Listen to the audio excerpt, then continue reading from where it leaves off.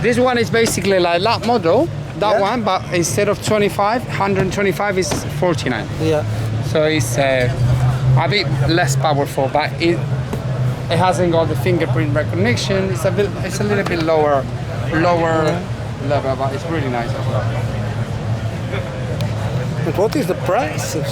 For this one, I think this one is, if I'm not mistaken, is 1,800 of something. 1,800. You can put 2 batteries, which gives you more range, and it will be 2,200. But we do price, okay, for these ones because obviously it's it's a fair. So we do an offer if you're interested. It's really nice.